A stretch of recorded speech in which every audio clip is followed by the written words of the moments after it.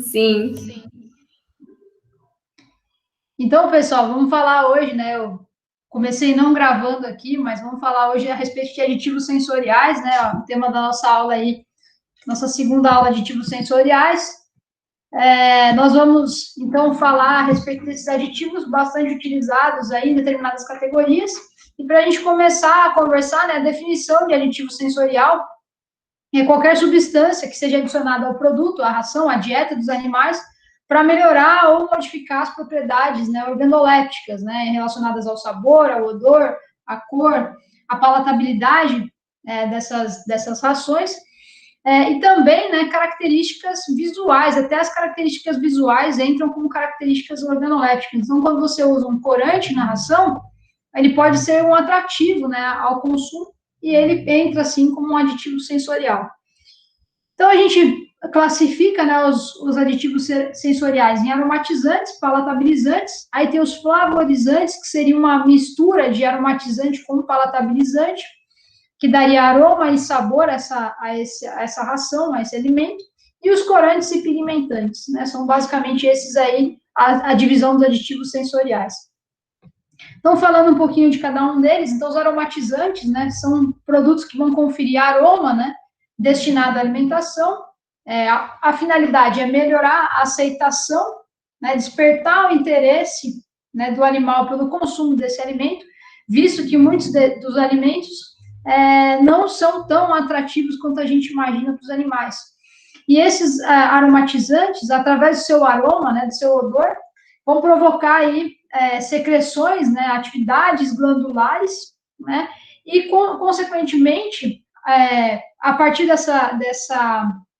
desse estímulo dessas glândulas, há um disparo, digamos assim, para o cérebro, né, pensando na interpretação desse sinal, de que aquele alimento é gostoso, é atrativo e que o animal deve comer aquele alimento.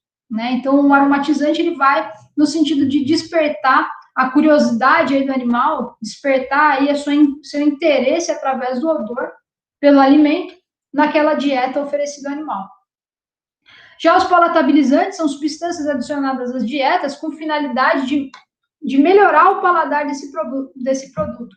Ao contrário do aromatizante, o aromatizante ele não causa um determinado sabor, ele causa um odor que estimule o animal a comer aquela dieta. Já os palatabilizantes, não, eles conferem um real sabor, eles modificam o sabor daquela dieta. E os flavorizantes, que seria o flavor, né? Eu não sei uma palavra que seja uma. Flavor é uma palavra em inglês, mas flavor é como eles, na língua inglesa, como eles chamam algo que tenha odor e sabor. Seria, eu não sei se vocês têm essa sensação, mas é o gosto do cheiro. Quando você abre, às vezes, um bolo, um doce, né? O doce acho que é o mais fácil da gente. Um panetone, por exemplo. Aquele cheirinho agradável de baunilha que tem aquele que vem na sua boca aquele sabor de baunilha. Esse seria um flavorizante. Então, os flavorizantes vão ser substâncias que intensificam ou modificam, né, o aroma e o sabor dos alimentos. A diferença, né, entre eles é que os aromatizantes vão despertar interesse através do aroma, o palatabilizante é uma modificação no sabor dessa dieta, e o flavorizante tem os dois sentidos, tem os dois sentidos são estimulados por esse aditivo. Então, tem uma mudança no sabor e também no odor dessa dieta. Então, iniciando a falar de aromatizantes e palatabilizantes, né, e juntamente vai vir os flavorizantes.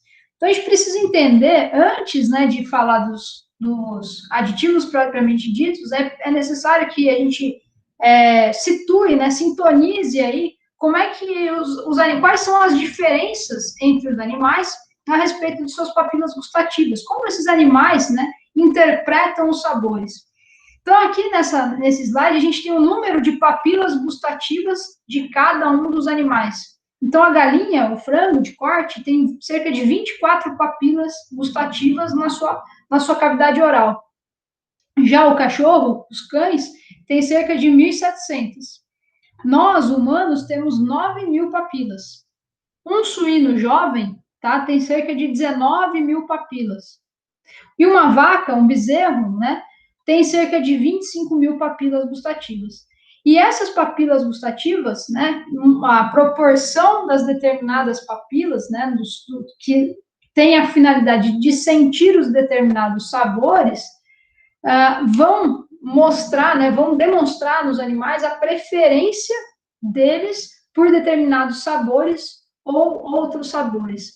Então, a variação entre os animais, a variação da preferência por determinados sabores se dá a respeito das papilas de cada um dos sabores. Não sei se vocês já viram, existe um desenho que até na escola a gente usa, não sei se alguém aqui passou por essa experiência das aulas de ciência, que você recebe um encartezinho e aí tem várias substâncias na mesa da bancada lá da aula de ciências. Tem vinagre, tem açúcar, tem alguma substância amarga, que pode ser umas gotinhas da água do Giló, e aí tem o sal. E aí você coloca, você tem os olhos vendados, e aí você coloca a determinada substância em porções da sua língua diferente. Alguém fez essa experiência quando era criança? Ninguém? Eu não. Você não fez? Não? Então, bom, a minha escola foi, a minha aula de ciências foi a mais estranha. A gente tinha uma aula que fazia isso. Em cada porção da sua língua, né? Essa figurinha tem na internet. Agora eu não me lembro de cabeça, mas eu lembro que a ponta da língua da gente, eu não lembro cada localização, mas a ponta da língua da gente. A figura eu lembro, assim, conforme o local da língua, né? Tem determinada. Como é que a gente pode dizer? Sensibilidade ao sabor, isso aí eu lembro. Até por conta da criança também, né? Da onde você coloca comida na boca da criança em função disso. Sim, sim. E, se não me engano, a ponta da língua ela tem mais papilas sensitivas, né, sensoriais, gustativas, para o sabor azedo. E o sabor azedo e o amargo são substâncias que, de modo geral, são substâncias que despertam um sentido de proteção, de cautela. Então, normalmente, não é o sabor preferido, né? Os sabores mais preferidos são o doce ou o umami, que é o sabor de proteína. A gente já vai falar dos sabores. Mas o azedo e o amargo, eles são mais na ponta da língua para já causar aquele impacto, né, de repulsa, né? Caso o alimento seja amargo ou azedo, indica que aquilo ali não é de comer, digamos assim. Isso na natureza, né, como um mecanismo de proteção aí da vida selvagem dos animais. Então, isso daí, a proporção aí das papilas é o que demonstra, né, as preferências alimentares dos nossos animais. Então, as papilas gustativas, né, para a gente ter uma definição, são órgãos sensoriais, né, localizados no tecido epitelial, predominantemente na língua dos animais, tá? Mas existem papilas gustativas também nas mucosas, tá? Não em grande quantidade quanto na língua, mas sim também existem papilas nas mucosas, na mucosa oral aí. E dessa função, na função das papilas gustativas, é emitir sinais para o cérebro, né? E esses sinais vão ser interpretados pelo nosso cérebro como um sabor doce, salgado, ácido, amargo e o chamado umami. Então, é uma interpretação aí, né, do cérebro, né, da busca pelo alimento. Então, a partir dos sabores, né, a partir do contato do sabor do alimento com a cavidade oral e, consequentemente, do seu sabor, né, com a cavidade, com as papilas sensoriais, existe um código, né, quimiosensorial. O que é esse código quimiosensorial? O alimento é um estímulo químico, né? Determinado componente, por exemplo, a proteína ou a glicose ou a sacarose daquele alimento é um elemento químico que estimula sensorialmente o nosso cérebro ou o cérebro dos animais a interpretação daquele sabor. Então, na cavidade oral, o primeiro contato que o animal vai ter com o alimento, ele se dá uma avaliação ali, digamos, química e física do alimento. Então, a cavidade oral, ela vai sentir o sabor do alimento, a consistência do alimento, a presença de estruturas ali que indiquem que aquele algo que o animal está ingerindo é ou não de comer, e isso vai desencadear o consumo ou desencorajar o consumo. Então, através do olfato e do paladar, né, a gente, da sensação ali do odor, e esse despertar da interpretação cerebral desse estímulo, vão desencadear o consumo, ou seja, vão autorizar que o animal faça a ingestão desse alimento ou ainda evite a ingestão desse alimento. Nesse ponto, esse estímulo cerebral, ele vai desencadear. Quando o animal inicia a sua refeição, então tem essa interpretação de, opa, começa início da minha refeição, e também desencadeia o tamanho da refeição, até quando esse animal vai consumir.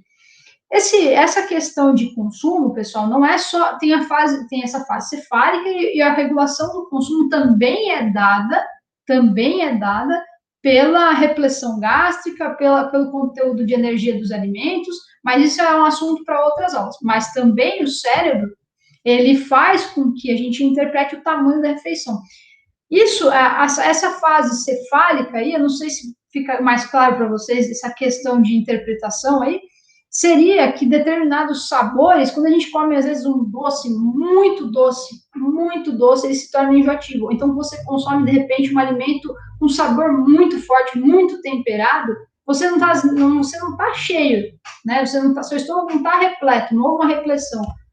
Mas existe um limite de tanto estímulo que você tem, as suas papilas entrarem em contato, a interpretação do seu cérebro faz com que você ponha um limite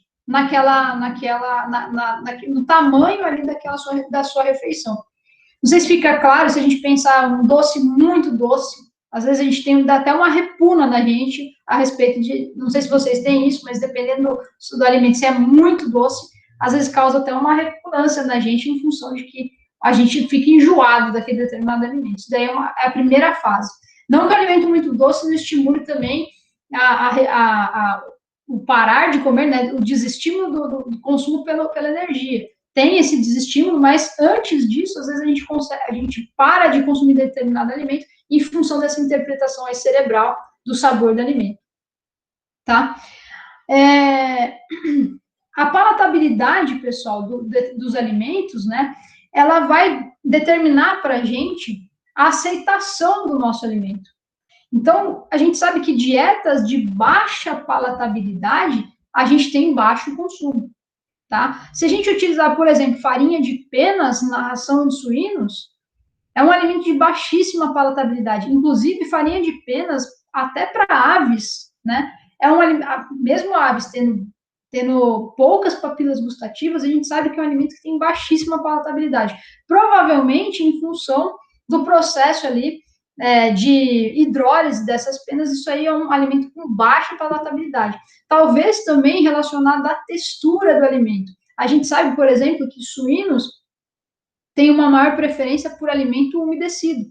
A textura de papinha, a textura do alimento mais pastoso é mais agradável para os suínos, tá? Isso daí a gente vê que tem alguns trabalhos, eu acabei não colocando, mas tem trabalhos que só mudando a forma de ofertar a ração, o suíno consome mais quando a ração é em forma de papa, em forma de pasta, do que uma ração farelada.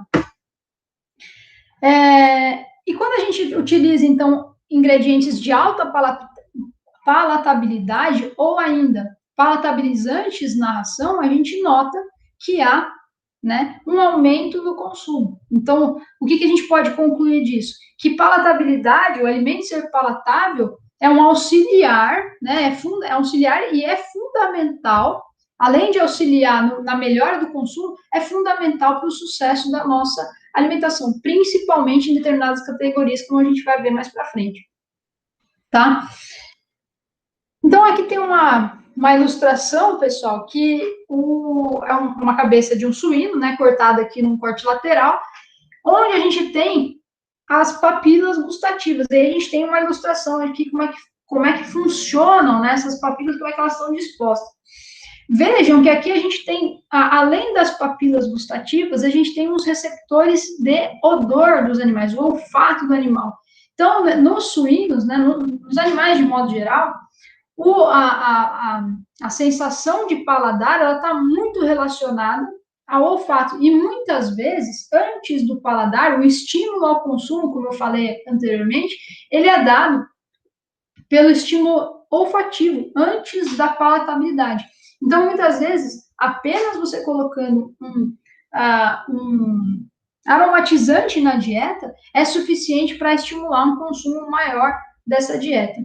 Então, aqui a gente tem, né, a ligação, a gente consegue ver que tem uma ligação direta, né, com os nervos aqui, dessa inervação das papilas gustativas, direta com o cérebro do animal.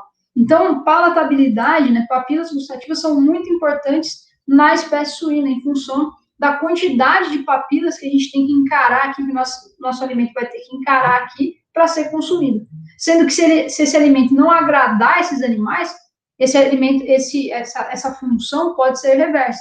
Por exemplo, existem palatabilizantes sintéticos de açúcares que, quando adicionados em baixas quantidades, eles têm a função de estimular o consumo, aumenta-se o consumo. Agora, em grandes quantidades, eles começam a ter sabor amargo. E aí, tem efeito inverso. Por exemplo, esses adoçantes aí, e palatabilizantes no caso, tem aquela sacarina, tem ciclamato, são adoçantes sintéticos.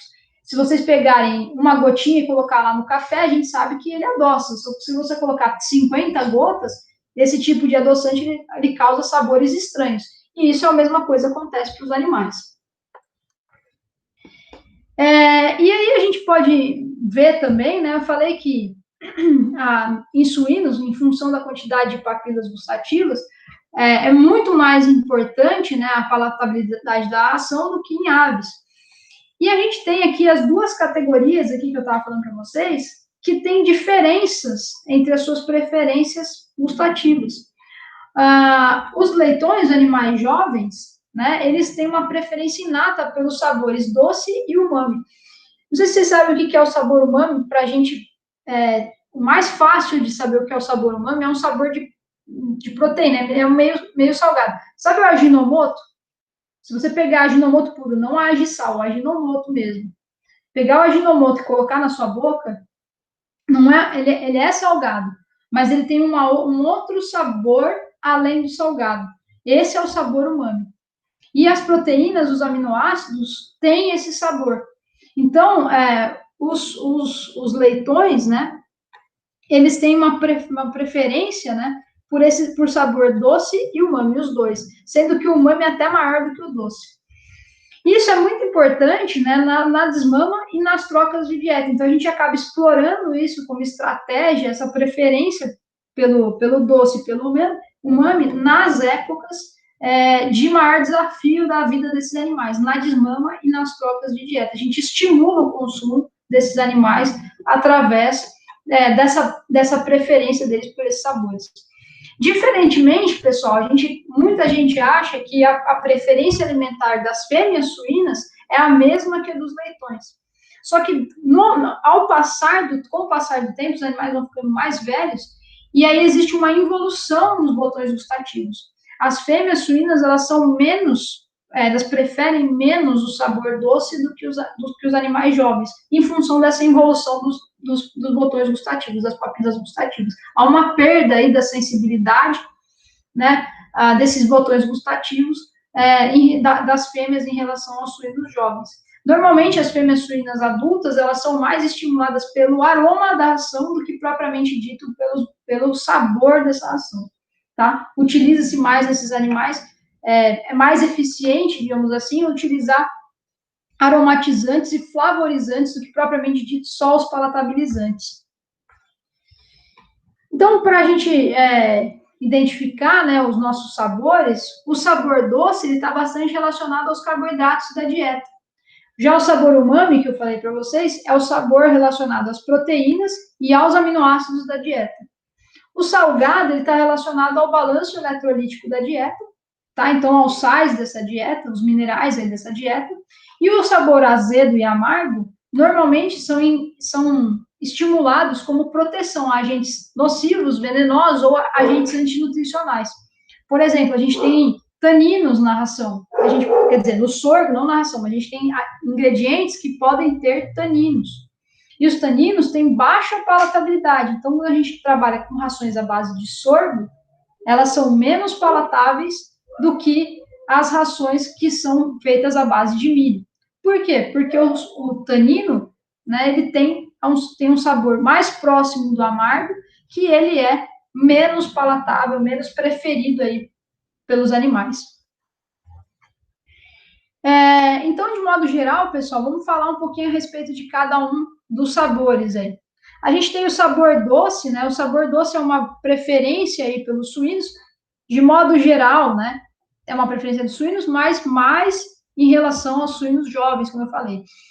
O sabor doce, ele é identificado aí por receptores gustativos, e ele identifica, né, carboidratos, normalmente carboidratos simples, né, como os açúcares aí, glicose, frutose, sacarose, e eles têm capacidade de aumentar a ingestão voluntária aí do alimento. Então, de modo geral, se a gente tem um alimento mais doce, a gente tem um consumo melhor dos animais por esse alimento mais doce.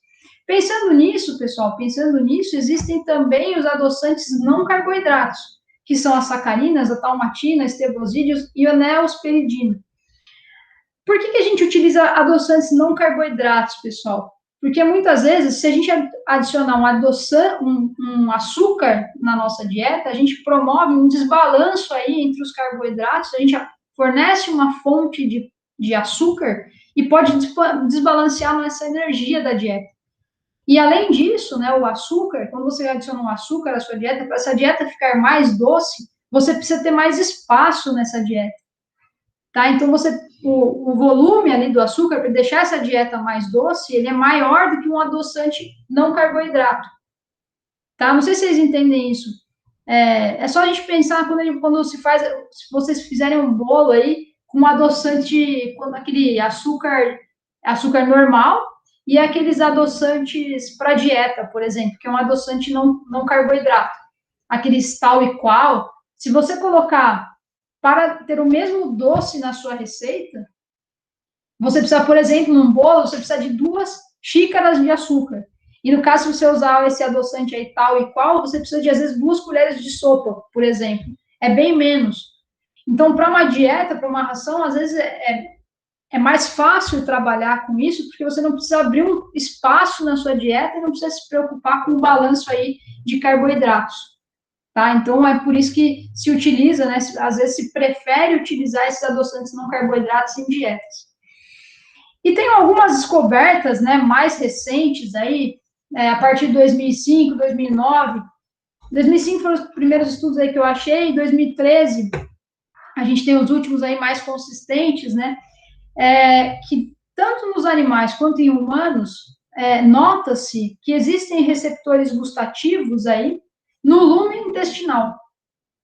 Então, seriam receptores que identificam, né, a presença de carboidratos, principalmente da glicose, tá, no lume intestinal, e com essa presença de glicose, tendo a exigência, tendo a necessidade do animal por energia, então a presença desse sabor doce indica para o intestino e, consequentemente, faz a interpretação aí da presença aí de um aporte de energia dentro do intestino, então facilitaria-se, né, a absorção desses carboidratos, né, a partir dessa dieta. Então, isso seria um sinalizador para o organismo, né, um jeito do organismo ser avisado de que aquela dieta ali é rica em energia. E a partir daquele momento, o organismo do animal desencadeia ali a reação de absorver aquela dieta. E a partir daí há um controle do consumo. Então, até que a necessidade ali energética seja atingida, tá? O organismo vai fazendo a absorção. Quando atinge essa necessidade energética, o que esses receptores fazem? Estimulam ali um bloqueio auxiliam, na verdade, existe toda uma questão aí da insulina, né, do fator de produção de insulina, que controla o consumo, mas esses fatores aí de receptores gustativos aí no lumen intestinal seriam mecanismos auxiliares no controle do consumo, principalmente da energia dos carboidratos da dieta. E alguns estudos também falam que não são só os açúcares, né? Por exemplo, a glicose e a sacarose. Alguns adoçantes não carboidratos também têm esse poder aí de estimular a absorção da glicose. Então, da glicose pensando na energia e da dieta. Então, esses receptores gustativos do lumen intestinal, eles também podem ser estimulados pela presença de açúcares e não carboidratos aí no lumen, tá? Não só pela glicose. Tudo bem, pessoal? Vocês entenderam isso aí? Tranquilo? Só estão vocês três aí, o horário hoje não ajudou muito a galera a comparecer aí na nossa aula. Acho que a maioria deve estar sem energia, isso mesmo. Eu acho mesmo que o pessoal deve estar sem energia ou também ou sem internet em função das quedas aí de energia. Eu sei que tem vários bairros aí que foram afetados aí pela falta de energia e, consequentemente, pela internet, em função de árvore que caiu. Acho que teve até coisa de torre de transmissão aí de força aí que foi afetada. Uma pena, mas fazer o quê, né? Bom, falei um pouquinho para vocês a respeito do sabor doce, né? Agora vamos falar do sabor umami. Como eu falei para vocês, o sabor umami está bastante relacionado com as proteínas. E esse sabor ele é desencadeado principalmente pelos aminoácidos. E a gente tem por característica, né? Os suínos têm essa afinidade aí pelo umami em relação aos aminoácidos. Então, os suínos têm uma boa ingestão, digamos, eles são bem estimulados a ingerir proteína de boa qualidade.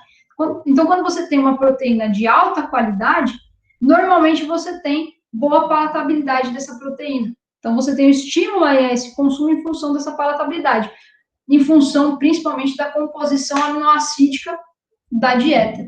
Isso pode aumentar, desse modo, né, a preferência pela proteína na dieta. Então, dietas mais proteicas, com proteína de alta qualidade, podem estimular um maior consumo. Então, digamos que uma dieta de boa qualidade seja mais eficiente em melhorar o seu próprio consumo. Então, além da gente ter boa qualidade da proteína e ela ter boa disponibilidade da proteína, a gente também tem um maior consumo, em função de que ela é agradável para esses animais.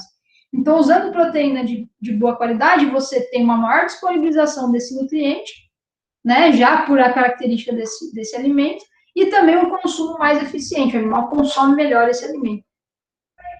Desse modo, né, quando a gente tem um aumento do consumo aí, desse alimento em função da palatabilidade, você vai ter um aumento da ingestão de aminoácidos.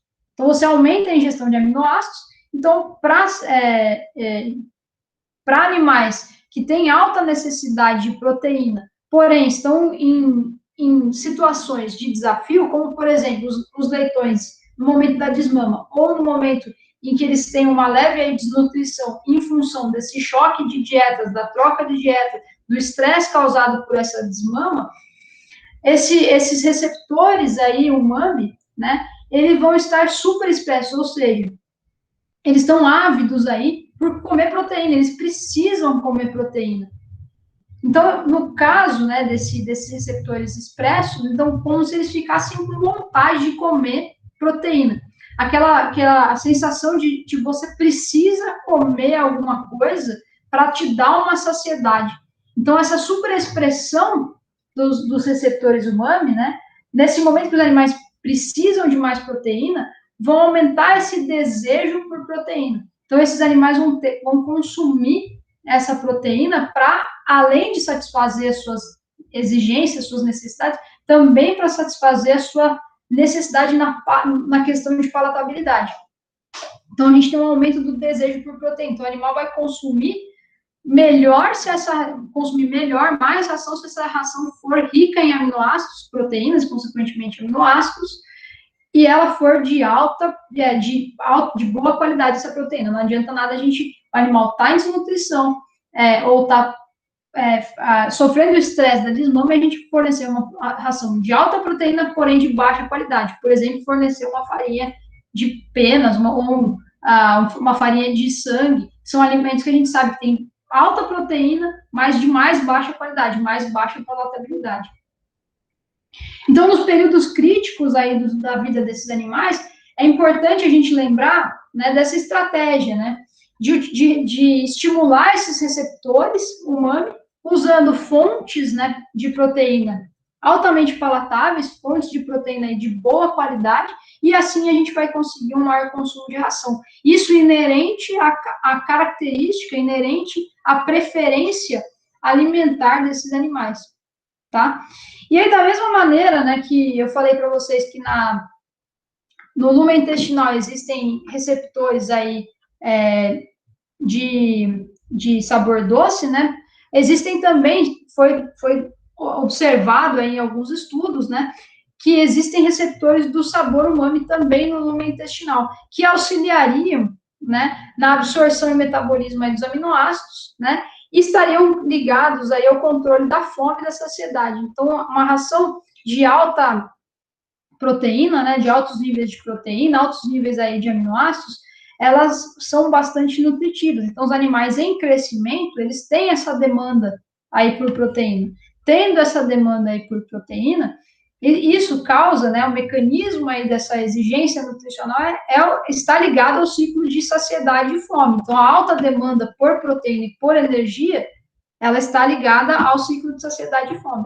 No caso aí dos receptores aí no lumen intestinal, quando eles têm um aporte, quando eles diagnosticam, eles identificam a presença aí desses aminoácidos dentro do lumen intestinal, eles maximizam essa absorção, né, estimulam, né, mandam essa informação aí para os receptores aí nervosos do intestino. Consequentemente, há uma cascata aí no aumento da absorção ali de proteína, transporte e absorção de proteínas, e aí tem um atendimento aí mais eficiente da exigência por proteína desses animais, tá? Então, seria assim, mais ou menos, que a gente auxiliaria na regulação do consumo aí do mecanismo, aí, no caso, de fome e saciedade.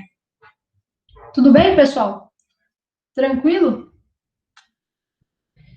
Então, a gente conclui, né, que os suínos, eles possuem aí uma sensibilidade, né, de 10 vezes maior do sabor umami do que o doce, ou seja, tem mais receptores aí para sabor umami na cavidade oral desses animais do que para o doce. Então, nas situações aí de desmame e transições alimentares, por serem que elas são situações bastante traumáticas, né, a gente sabe aí que essas situações diminuem, né, causam uma queda aí no consumo voluntário. Mas se a gente levar essa informação em consideração, a gente pode conseguir minimizar ou reduzir o impacto dessas situações.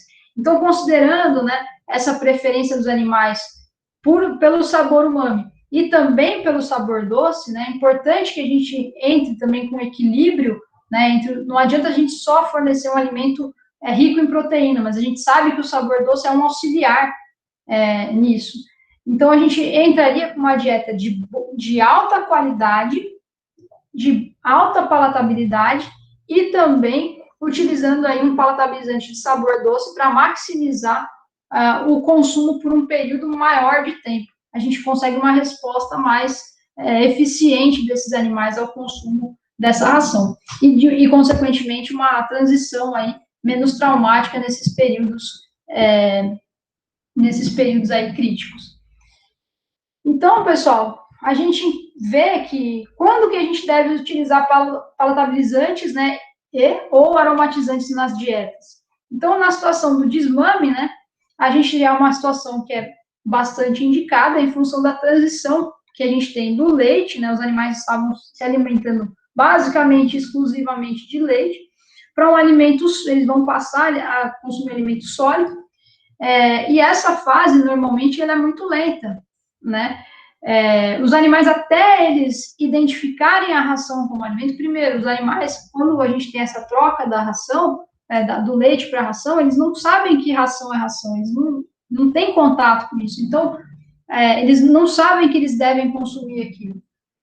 Desse modo, é importante saber, né, que nesse momento a gente vai precisar ter uma estratégia que, em primeiro lugar, mostre para esses animais, através principalmente da curiosidade desses animais, que aquilo ali é alimento, que eles devem consumir aquilo ali, aquilo ali não é nada nocivo, né? Eu estava, por outros motivos, né, eu estava lendo um pouquinho a respeito de comportamento de suínos, e os suínos, eles são animais que eles têm uma neofobia, né? De modo geral, eles têm medo de coisas novas. Então, até do alimento, a troca do alimento líquido, né, do leite líquido, para o alimento sólido, que é ofertado em um comedouro que é diferente daquilo que ele está habituado, que é a teta, né, da porca, essa troca, essa novidade para ele, ele fica receoso quanto a isso. Então, a primeira coisa que ele vai precisar fazer é aprender que aquele alimento é alimento. E para isso, para auxiliar nisso, normalmente, o que se faz é adicionar subprodutos do leite, né, e aromatizantes que relacionados, né, ao leite, né, que tenham um odor parecido ali com o leite, para auxiliar nessa familiaridade, despertar essa curiosidade do animal, mas mantendo essa familiaridade com o alimento que ele já ingeria antes. Porque se ele sentir um odor ali conhecido, próximo do leite da porca que ele já consumia, é mais fácil que ele interaja e aprenda a consumir aquele alimento mais rapidamente do que se você usar um alimento que não tenha essas características, né, que não seja similar ao que ele já conhece, tá? Então, o desmame é uma fase bastante crítica e que se usa muito aromatizantes e também palatabilizantes. O que isso implica, pessoal? Implica que essas rações aí as prezinhas, né, que o pessoal fala, são rações caras, né? São rações que são de ingredientes de alto valor biológico, são alimentos bastante nutritivos, e também se utiliza, principalmente porque se usa alimentos, por exemplo, soro de leite, né, às vezes em pó, ou leite em pó, que são alimentos mais caros, e também utiliza-se, além desses alimentos, utiliza-se bastante aditivos para melhorar ainda esse consumo, tá? Outra situação bastante importante, né, é durante o aleitamento, né, quando os animais as fêmeas, né, estão em lactação. Quando as fêmeas estão em lactação, elas têm uma exigência muito alta por nutriente, e normalmente elas não conseguem consumir toda a quantidade de nutriente que elas necessitam, em função até do tamanho, né, da repressão do estômago dessas fêmeas. Consequentemente, essas fêmeas aí, elas têm uma alta demanda por nutrientes para poder dispor isso aí no leite. Elas não conseguem consumir tudo aquilo que elas necessitam, né, da dieta, até em relação ao volume. Então, elas vão ter que dispor as suas reservas, principalmente de tecidos, né, de gordura e também reservas de proteína. Não é incomum, né, que essas fêmeas elas percam bastante peso. E perder muito peso não é desejado também. Elas perdem peso, isso é natural, faz parte desse processo, mas essa perda de peso, né, ela precisa ser minimizada. A fêmea tem que voltar ao próximo cio numa condição corporal adequada a uma ovulação eficiente, consequentemente uma cobertura, uma inseminação e uma fertilidade, um nível aí de prenhez, um índice aí de prenhez, né, de número de leitões aí na concepção adequado para a próxima gestação. Então, é importantíssimo que durante esse período a fêmea tenha um consumo de um alimento, o alimento que ela consuma seja de boa qualidade, tá, de alta qualidade nutricional, e que ela consiga, que ela faça o uso desse alimento, que ela realmente consuma esse alimento, que ela tenha interesse por esse alimento, porque se a ração aí for de baixo interesse, despertar pouco interesse nesse animal, aí ela vai entrar numa perda aí de peso acentuada e, consequentemente, seu score vai ser indesejado lá para a próxima prenhez.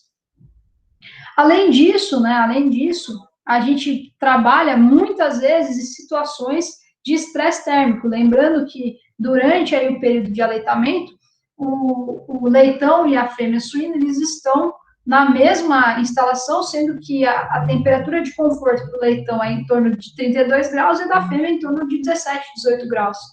Então, normalmente, para a fêmea estar em conforto, tem que estar meio mais fresco o ambiente. Se esse ambiente não tiver uma climatização, não tiver um controle, essa fêmea pode entrar no estresse e a consequência de estresse térmico é redução de consumo. Reduzir o consumo, aí piora ainda esse balanço aí entre a disponibilização aí das suas reservas e aquilo que a dieta vai aportar. Então, esse também é um outro ponto a ser considerado. Outra coisa que deve ser considerado também são as rações de baixo custo. Normalmente, as rações de custo mais baixo levam fontes de proteínas de mais baixo custo, ou de menor qualidade. Utiliza-se bastante subprodutos nessa fase também. Então, dependendo do tipo de subproduto que você está usando, ele pode auxiliar nesse consumo. Se for um subproduto, às vezes de indústria de chocolate, indústria de bolacha, são subprodutos que auxiliam nessa palatabilidade. Agora, se você trabalhar com outros subprodutos aí da indústria, por exemplo, uma farinha de mandioca, alguma coisa do tipo, você tem um produto aí de menor qualidade. E aí isso pode acentuar esses efeitos aí dessa necessidade aí de altos níveis aí energéticos e proteicos na dieta e também essa disponibilização aí dos tecidos, né, dessas reservas, a mobilização aí das reservas desses animais. Então, nesses casos, é importante, né, a utilização de palatabilizantes ou aromatizantes ou até flavorizantes para auxiliar no interesse desses animais, para despertar o interesse desses animais, né, por essa ração e, consequentemente, ter um consumo maior do que aquele consumo voluntário natural do animal, despertar uma maior resposta a essa ração, um interesse, uma vontade aí desse animal de consumir essa ração e, consequentemente, melhorar a utilização desses nutrientes. Tudo bem, pessoal? Os palatabilizantes mais usados aí que a gente tem são os açúcares simples e também os açúcares, os adoçantes, no caso, não nutritivos, né? Os açúcares simples, normalmente, eles são altamente preferidos por suínos, principalmente os suínos jovens, tá? Só que a contrapartida que a gente tem é que a utilização de açúcar, né, de muito açúcar na dieta, a gente pode aumentar o consumo de água até 6 vezes, tá? Aumenta-se também o consumo da água e também das calorias totais, como eu falei para vocês aqui em cima sobre a água. E quando você aumenta as calorias totais, né, normalmente a gente pode ter um desbalanço aí na dieta. Então, a gente tem que utilizar açúcar nas dietas com cautela, né, em função de não desbalancear essa dieta. Os açúcares, né, os açúcares também podem ser ofertados misturados à água, tá? Não só na dieta, mas eles também podem ser utilizados como na água de bebida. Normalmente, a sacarose, né, se utiliza na dosagem de 10,3 gramas por litro e a glicose 1,8 gramas aí por litro. A vantagem, né, outra vantagem de se utilizar açúcar nas dietas é que, em função da osmolaridade da água, do açúcar, né, alimentos muito doces, né, alimentos mais doces, não estragam. Não sei se vocês já perceberam, mas leite condensado não estraga. Por quê? Em função do efeito conservante do açúcar. Leite condensado é um alimento altamente... a concentração de açúcar é bastante elevada, e aí a consequência disso é que quando uma bactéria, um fungo, ou um micro-organismo aí de modo geral cai nesse leite condensado, nesse meio altamente rico em açúcar, o que vai acontecer é que esse micro-organismo perde água para o meio. Então, uma alta concentração de açúcar no meio puxa a água dessa célula para fora dessa célula, essa célula acaba ficando desidratada e aí esse micro-organismo deixa de ter suas funções. A mesma coisa na dieta. Então, se a dieta tiver uma osmolaridade alta, os micro-organismos que entrarem ali em contato com essa dieta vão ter sua água extravasada aí por meio, em função desse equilíbrio osmótico, e aí acaba conservando esse alimento, tá?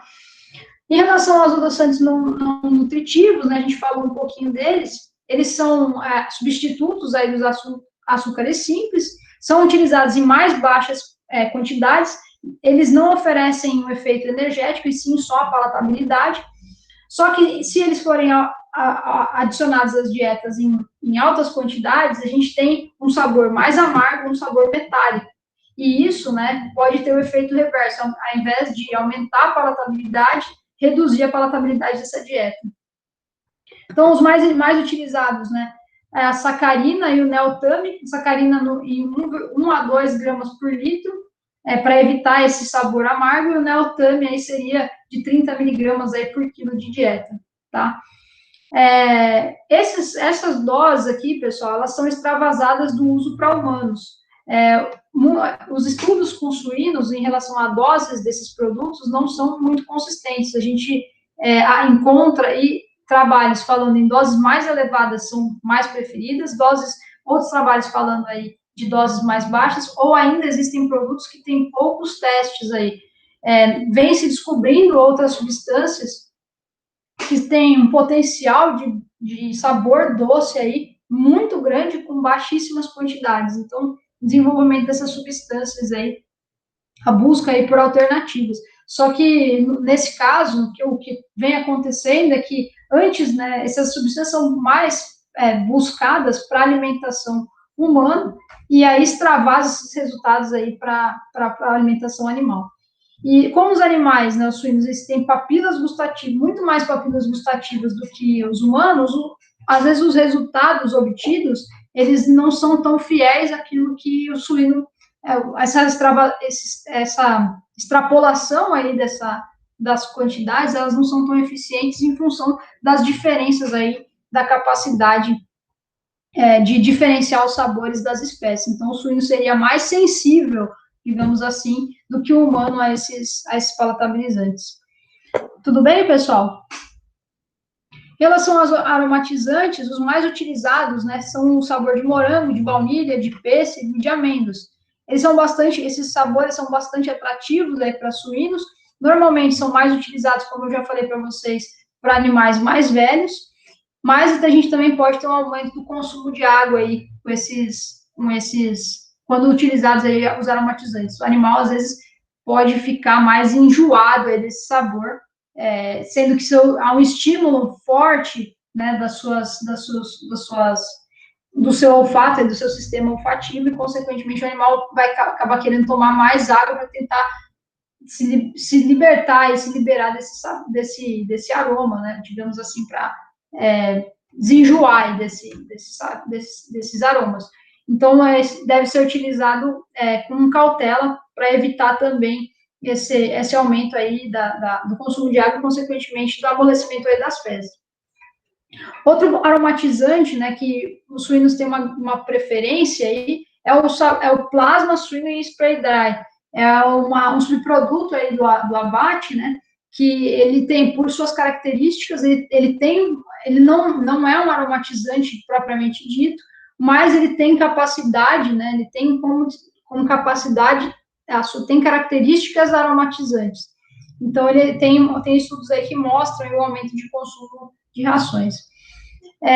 Chocolate, subprodutos da indústria de chocolate, sendo que 5 a 10% nas dietas de leitões não causam prejuízo ao desempenho, e até 30% nas dietas de suínos adultos. Então, dependendo da disponibilidade. O problema dessas fontes aí é a disponibilidade e a sazonalidade. Se você não tiver a sua granja, não for próxima aí a uma indústria de chocolate, você pode ficar com sazonalidade do produto, problema de disponibilidade desses produtos. Tudo bem, pessoal, até aqui? Tranquilo, Maria. Beleza? Então, pessoal, para finalizar essa parte aí de palatabilizantes, né, a gente precisa entender que o consumo da ração, né, ele é muito mais regulado por fatores fisiológicos do que propriamente dito do sabor, né? Utilizar palatabilizantes e aromatizantes e flavorizantes são estratégias para melhorar esse consumo, mas não quer dizer que a gente vai passar por cima dos fatores fisiológicos. O que vai regular mais o consumo dos animais, né, mais do que o sabor, muito mais sabor, é o atendimento das exigências nutricionais, principalmente em relação às exigências de energia, né? Os animais, eles consomem alimento principalmente para atender suas necessidades energéticas. Outro mecanismo que eu falei para vocês de regulação de consumo também é a reflexão gástrica. Então, se a gente tem uma ração de baixíssima qualidade, pessoal, de pouca qualidade, o alimento que a gente está utilizando é um alimento desbalanceado, não adianta a gente colocar palatabilizante, a gente pode até melhorar o consumo, pode até melhorar esse consumo, porém, para atingir níveis nutricionais aí, níveis, máximo potencial de expressão aí do potencial genético desse animal, máximo ganho de peso, maior deposição de carne em carcaça, a gente precisa atender essas exigências e atender essas demandas aí dos animais em função da energia e também das proteínas. Maria. Então, oi. Eu tenho uma dúvida, eu não sei se entra nessa classificação, porque eu sempre falaram que a gordura ela é palatabilizante, né? Sim. Ela favorece nesse sentido, até se a gente pensar, um alimento frito é mais gostoso que um alimento assado. Sim, sim. Mas ela não entra nessa classificação? A gente não encontra alguns aditivos nesse sentido? Não, Bru, até assim, pode-se utilizar óleos e gorduras como melhoradores da palatabilidade. Mas quando você utiliza uma fonte de lipídio, normalmente para você vai aumentar muito o aporte energético. Então, o que vai acabar acontecendo? A palatabilidade é algo a mais que vem junto. Mas normalmente quando você coloca classificação daí. O lipídio, na verdade, o aditivo, né? Não, aí é macro ingrediente, aí é ingredientes nutrientes, porque a definição dos aditivos, uma das definições é que o aditivo, ele não tem valor nutricional, né? Os aditivos, eles são auxiliadores, salvo algumas exceções, né? Tipo, os aminoácidos têm valor nutricional, mas aí são os aditivos aí nutricionais. Só que os aditivos, de modo geral, que nem os palatabilizantes, não têm valor nutritivo, eles são só auxiliares no consumo, né, no aumento aí do consumo e, consequentemente, no metabolismo aí dos nutrientes. Aí a gordura, nesse caso, ela tem essa função de palatabilizante, mas no caso ela é um ingrediente nutritivo, ela é um ingrediente nutricional, então ela não entraria nessa classificação aí de aditivo. Beleza. Beleza? Ela tem essa propriedade, mas ela não entra como um aditivo na dieta. Se você colocar gordura, consequentemente, você colocando gordura, você vai mexer nos níveis de energia da dieta. Então, se você colocar isso, você vai ter que mexer na dieta para você não acabar estourando aí os seus níveis. E aí não ficar economicamente viável ou também uma ração desbalanceada. Beleza? Então, pessoal, a estratégia aí, né, o uso estratégico aí dos sabores, né, dos palatabilizantes, flavorizantes e aromatizantes, né, é importante a gente entender para quem e quando usar. Então, normalmente, né, a gente tem uma necessidade, a gente precisa ter uma necessidade, porque essas matérias-primas aí, esses ingredientes, normalmente eles geram custos para essas dietas. Então, se a gente não tiver uma real necessidade, normalmente não trabalha-se com palatabilidade. Aí, no caso aí que a gente estava falando, uma dieta de milho baseada em milho e farelo de soja, ela já tem a palatabilidade necessária para os animais consumirem ela a contento. A gente vai lançar mão dessa estratégia quando a gente realmente tiver uma necessidade de melhorar o consumo. tá? Então, o que seria? Na primeira semana após o desmame, né, nas rações, nas prezinhas ali, né, que a gente tem que despertar o interesse e fazer com que o suíno, ele saiba que aquilo ali é alimento. Nas mudanças nas formulações das dietas, aí, mudanças bruscas aí de formulação, momentos aí de estresse por calor, principalmente para as fêmeas suínas, aí no momento em que elas precisam consumir energia, consumir nutrientes, inclusive energia, porém elas estão em situações em que elas têm um baixo consumo aí por esse estresse por calor, elas não conseguem comer em função do alto incremento calórico aí dessas dietas, elas são desestimuladas fisiologicamente para ingerir alimento. Em situações que a gente precisa mascarar o sabor de alguns ingredientes. Por exemplo, quando a gente utiliza uma fonte de proteína de baixa palatabilidade, por exemplo, uma farinha de penas, aí, como eu falei para vocês, uma farinha de sangue, que a gente sabe que são ingredientes aí que tem uma palatabilidade aí bem duvidosa. Mas isso, pessoal, isso tudo, né, eu gosto de falar que o palatabilizante e os aromatizantes, eles não são a tábua de salvação, eles são auxiliares, né? O que a gente tem que pensar é utilizar matérias-primas, primar pelo uso de matérias-primas de alta qualidade, porque a gente está trabalhando com animais altamente exigentes.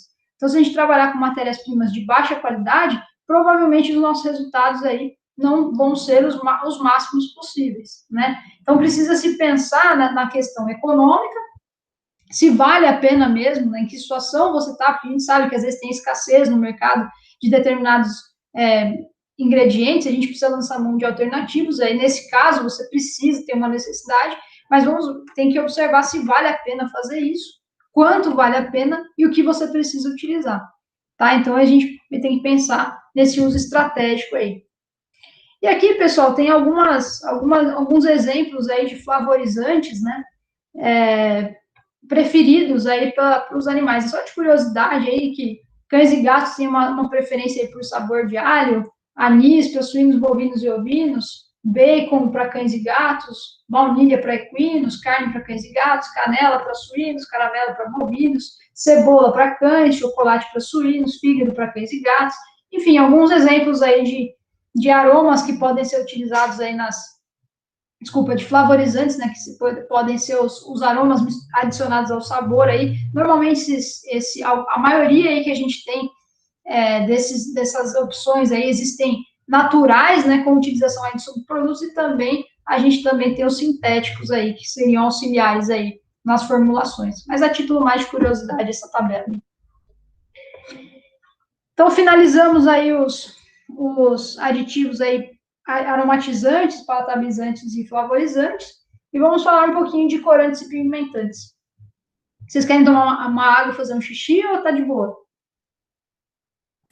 Por mim tá tranquilo. Tá tranquilo? Por mim também. Então, beleza. Então, vamos continuar. Então, corantes e pigmentantes, pessoal.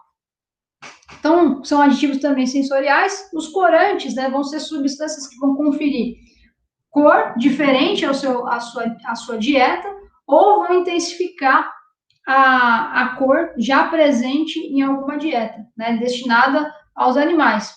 Eles podem ser naturais, artificiais ou ainda também inorgânicos. E os pigmentantes, né, vão ser substâncias que vão conferir ou intensificar a cor de produtos de origem animal. Então, a gente oferece os corantes para dar pigmento para a dieta. E os pigmentantes, a gente oferece esse aditivo para pigmentar o nosso produto final. No caso, aí, pensando na carne e nos ovos, tá? Os pigmentantes também podem ser naturais, artificiais e inorgânicos. Então, os corantes, basicamente, eles vão alterar a cor do alimento. As aves, né, elas distinguem cor, elas têm uma distinção de cor. Tanto que a gente utiliza comedouros, bebedouros aí vermelho para as aves, né? A gente tem a bandeja lá dos bebedouros e dos comedouros em colorações aí de vermelho, alguns são amarelos, alguns laranja, né? De peru tem alguns são laranja também. Então, as aves, normalmente a gente utiliza as cores para despertar o interesse delas. Só que para alimentação, né, no alimento, é pouco utilizado, tá? para colorir, né, para promover aí coloração da dieta, é bem pouco utilizado para animais de produção de modo geral. A maior utilização aí dos corantes, né, para animais pet. Acho que a maioria já viu, né, aquelas rações aí que vem com kibbles, né, com partes aí de cores diferentes. E, na verdade, os animais, os cães, principalmente os cães, têm uma dificuldade grande de distinguir cor. Então, não seria uma estratégia para atrair o seu cachorro a comer mais a ração vermelhinha, mais a verdinha ou mais a amarelinha. Na verdade, seria uma estratégia de marketing para fazer com que o alimento, o proprietário, ele se veja lá na hora da escolha, falando assim, vou comprar um alimento colorido porque ele é mais bonitinho lá para eu fornecer para o meu cachorro.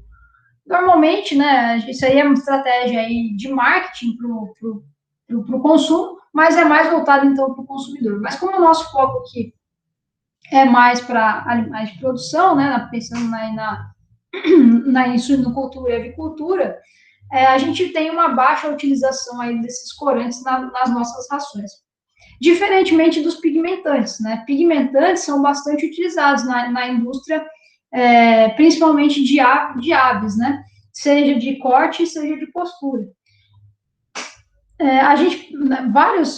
Há uma busca, né? Vários mercados, né? São bastante exigentes aí por alimentos, né? Por alimentos de colorações definidas, né? Para atender demandas aí de mercado, de atender preferências, né, do mercado. Então, por isso a gente tem uma utilização aí bastante grande de pigmentantes na ração de aves.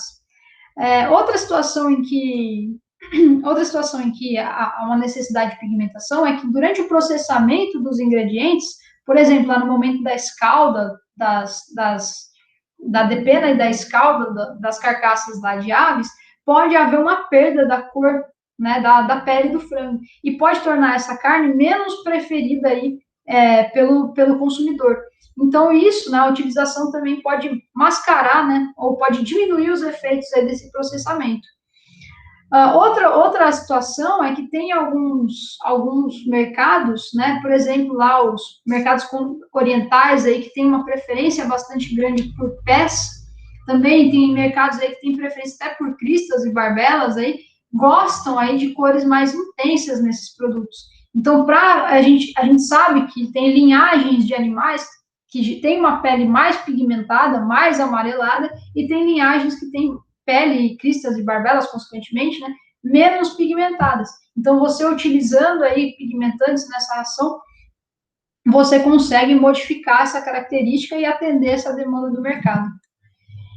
Então, se a gente vê aqui, tem situações aí, né, tem ovos e carcaças aqui de frangos comparadas, né, fotos aí comparativas, em que a gente tem com e sem pigmentantes. Nesse caso aqui, ó, um ovo de uma galinha que foi alimentada com sorgo, e aqui do lado, uma galinha que foi alimentada com milho. Então, existem características aí das dietas, né, que trazem, né, que tem menos pigmentos naturais aí da dieta e podem ter uma descoloração aí da gema dos ovos, por exemplo. Então, a gente precisa colocar, porque esse ovo aqui o pessoal vai achar, não tem nada de errado com esse ovo, né, com essa gema aqui. Porém, aos olhos do consumidor, o consumidor vai falar, nossa, isso aqui está estragado, essa galinha estava doente, alguma coisa aconteceu de errado. Mas não, é só uma característica em função da menor quantidade de pigmentos xantofílicos aí das dietas, né?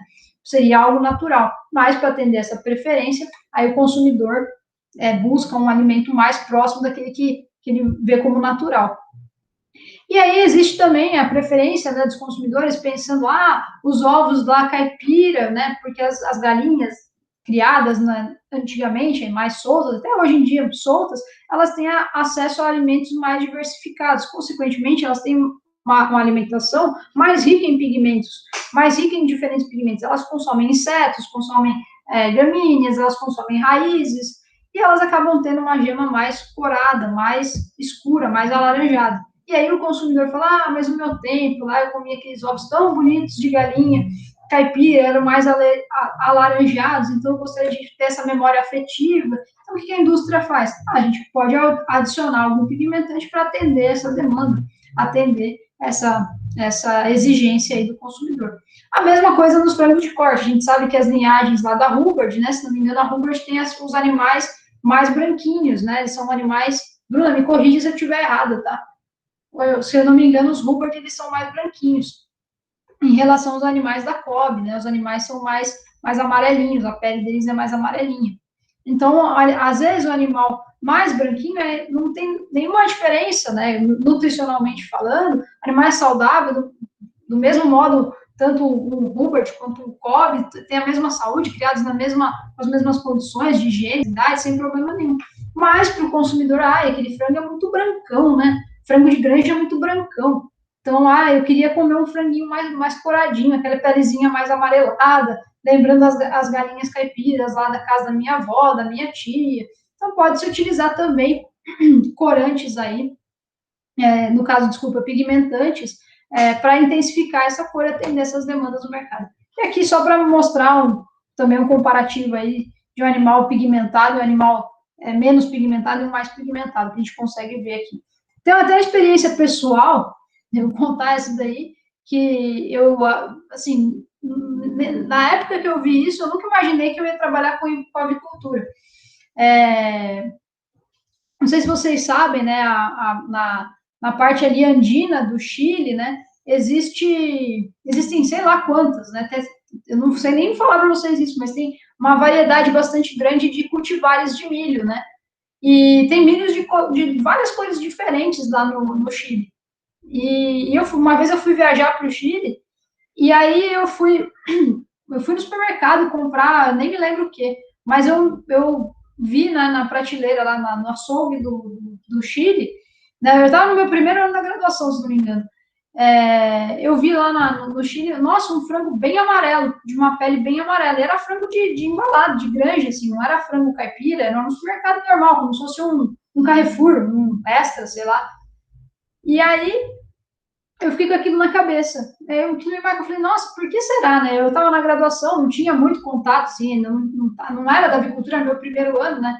Aí, quando eu tive a nutrição de aves, né, na época que eu tive a nutrição, eu perguntei para o meu orientador, por que os frangos lá são mais amarelos? Aí ele me falou, os tipos dos milho, o milho que eles usam lá são diferentes, os cultivares são diferentes, provavelmente é a pigmentação. Então, a diferença no pigmento da pele dos animais aí também pode estar relacionada apenas à sua alimentação, uma alimentação mais rica em pigmentos, e não a adição de corantes. E isso, consequentemente, mostra as preferências, também está relacionado à preferência aí do consumidor. Então, uma pessoa lá do Chile, né, uma pessoa chilena, provavelmente ela tem um hábito, né, ela está habituada com uma coloração aí mais intensa do seu frango do que, por exemplo, nós que temos um frango um pouco mais clarinho. Nada de muito grandes diferenças aí nutricionais, mas aí é o que pauta as preferências aí do consumidor. E aí, pensando nisso, né, a gente tem aqui, pensando em preferências de consumidor, pessoal, eu não ganho nada da DSM, tá, para colocar isso aqui nos meus slides, né, a tabela da DSM, mas a DSM tem uma linha aí de produtos bastante grande aí de pigmentantes, né, eles trabalham bastante, então eles têm bastante material, e é um material bem didático aqui, então por isso eu deixei como referência, e os trabalhos que eles fazem são de boa qualidade, então se vocês quiserem observar, eles têm bastante artigos publicados com universidades, eles fazem bastante experimento aí a campo, então é um material que a gente pode utilizar aí para mostrar, inclusive, essa questão de preferência, eles fazem uma pesquisa de mercado bastante grande. Então, esse gráfico aqui, pessoal, ele mostra, né, essas cores aqui diferentes, né, essas tarjinhas aqui, elas são as porcentagens aí, né, pensando na preferência dos animais, ou preferência do consumidor pela cor da gema. Então, de modo geral, a maioria dos países prefere aí gemas mais alaranjadas, mais escuras, né? Gemas aí com cores mais acentuadas. As colorações mais brancas, né, mais clarinhas, são as menos preferidas aí. Então, de modo geral, a produção de ovos para atender essas demandas de mercado, ela vai, né, utilizar pigmentos, né, vai acabar utilizando aí pigmentos, sejam eles naturais, sintéticos, para atender essa demanda e chegar nessas colorações, porque é muito difícil, né, a gente vai falar daqui a pouquinho de uso de pigmentantes, é bem difícil você conseguir chegar em colorações mais escuras só com a mistura que a gente tem de milho e soja, em função de que os animais, para atender as exigências, a gente precisa ter uma base ali de milho e soja que acaba sendo insuficiente para chegar. A quantidade de pigmentos que a gente tem nessa dieta aí baseada no milho e soja, ela não consegue atingir colorações mais escuras. Então, a gente precisa lançar mão aí de pigmentantes nessas rações.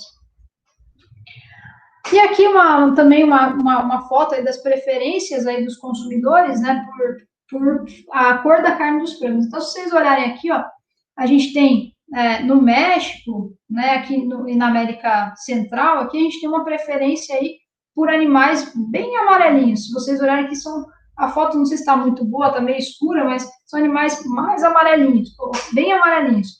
Se vocês pegarem aqui nos Estados Unidos, ó, a diferença, esse aqui é um frango bem branco, mais próximo até do nosso.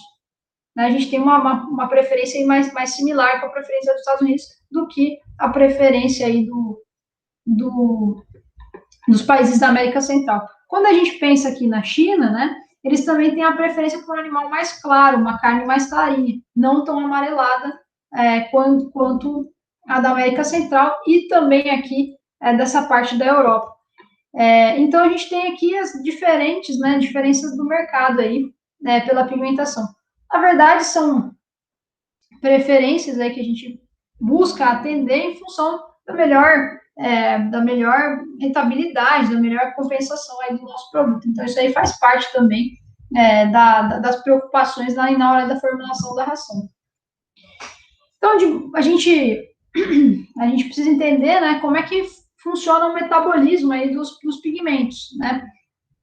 Então, os pigmentos, pessoal, o que acontece na natureza? Né?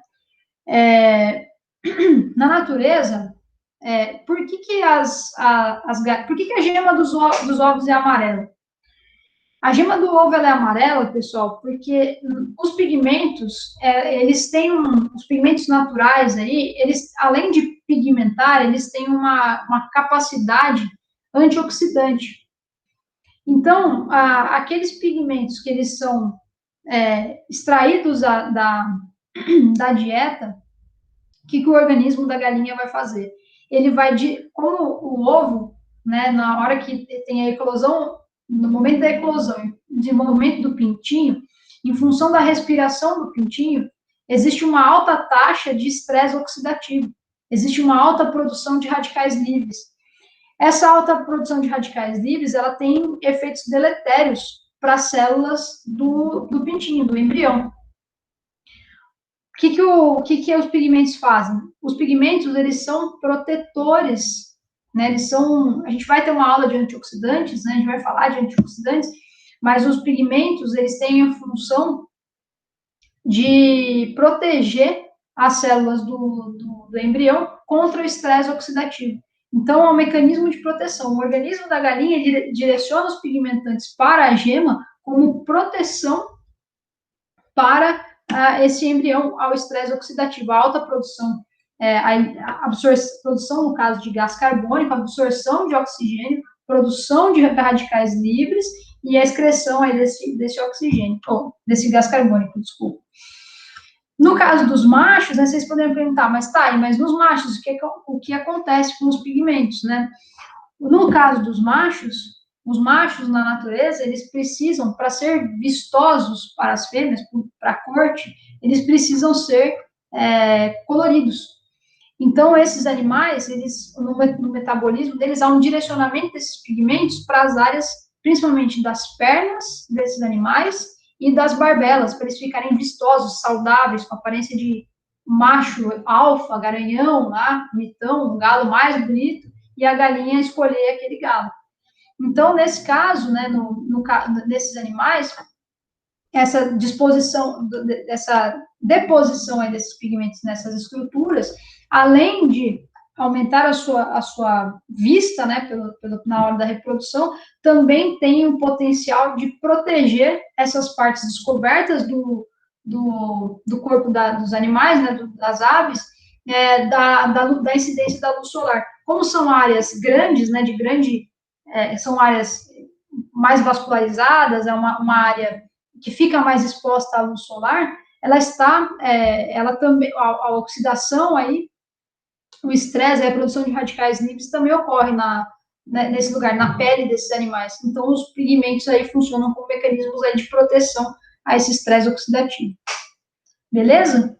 Então, na natureza, tudo tem um porquê, né? Existe um porquê dos pigmentos e porquê das coisas. Eu achei isso bem, bem bacana, bem legal de falar para vocês, que faz parte desse metabolismo aí dos pigmentos.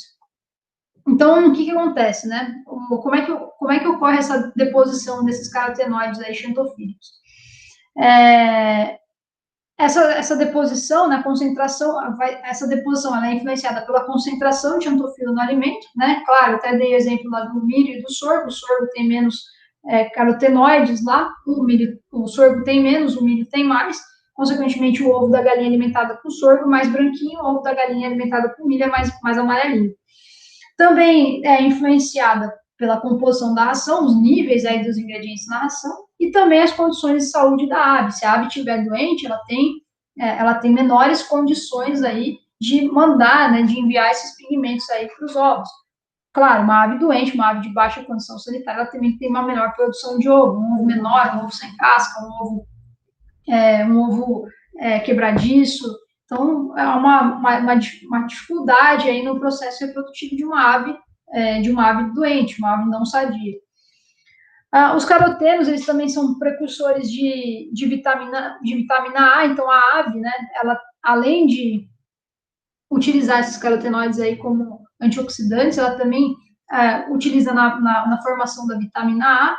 As xantofilas, elas são derivadas dos carotenos, então elas podem também ter essa função de precursores aí de vitamina A.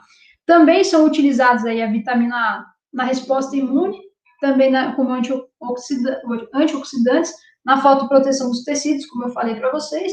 E esses pigmentos, né, de modo geral, a coloração desses pigmentos é amarelo, laranja e vermelho. Tá? Esses pigmentos aí, eles vão ser absorvidos na luz do lumen intestinal e eles são transportados, como eles são moléculas aí que têm afinidade por lipídios, né, são transportadas juntamente, né, com as moléculas aí de gordura. Então, são transportadas pelas lipoproteínas da membrana. No caso, os carotenos, eles vão ser utilizados no metabolismo do palmiato, né, no ácido graxo aí no fígado, que é muito importante para a eclosão e para a postura, né, esse palmiato, ele tem a coloração amarela. E, consequentemente, por esses carotenos, eles terem afinidade com os lipídios, eles vão ser depositados em células que têm em tecidos, que têm altas quantidades de lipídio, né? Não nada diferente de gema de ovos na pele e na gordura, tá? Então, a gente tem a deposição nesses tecidos, e a gente tem a visualização dessa diferença aí na coloração em função da característica de serem tecidos altamente ricos em lipídios. Sendo ricos em lipídios, os carotenos vão de carona, tá?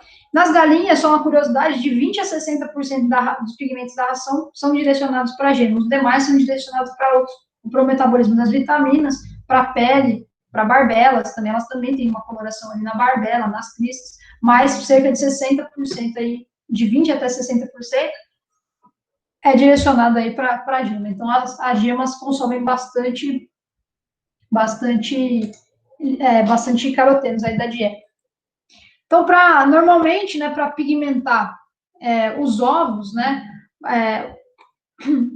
os pigmentos aí que são depositados aí são a cantaxantina, a capsantina, a citraxantina, para dar colorações mais para o vermelho, né? Nos ovos, o apoéster, a luteína e a zeaxantina, que são pigmentos aí para o amarelo.